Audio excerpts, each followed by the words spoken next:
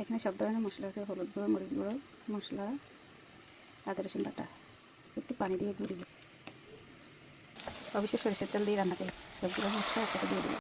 মশলাগুলো ভালো করে কষানো হয়ে গেল। এবার দিয়ে দিলাম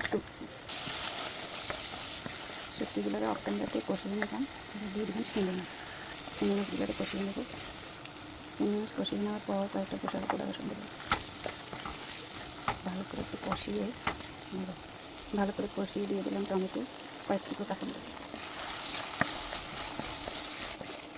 জুকিনি সবজিটা এভাবে একটু ভাজি করে খাবেন, দেখবেন অনেক মজা। দিয়ে দিলাম জুকিনি সবজি।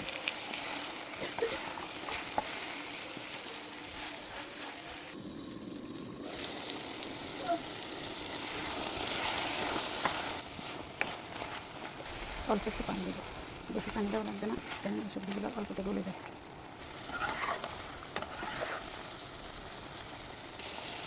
সবজিগুলো অল্পতে গলে গেছে, সবজিগুলো একটু নরম, অল্পতে গলে গেছে।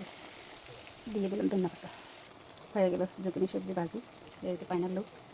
কেমন লাগলো রেসিপিটা কমেন্ট করে জানাবেন।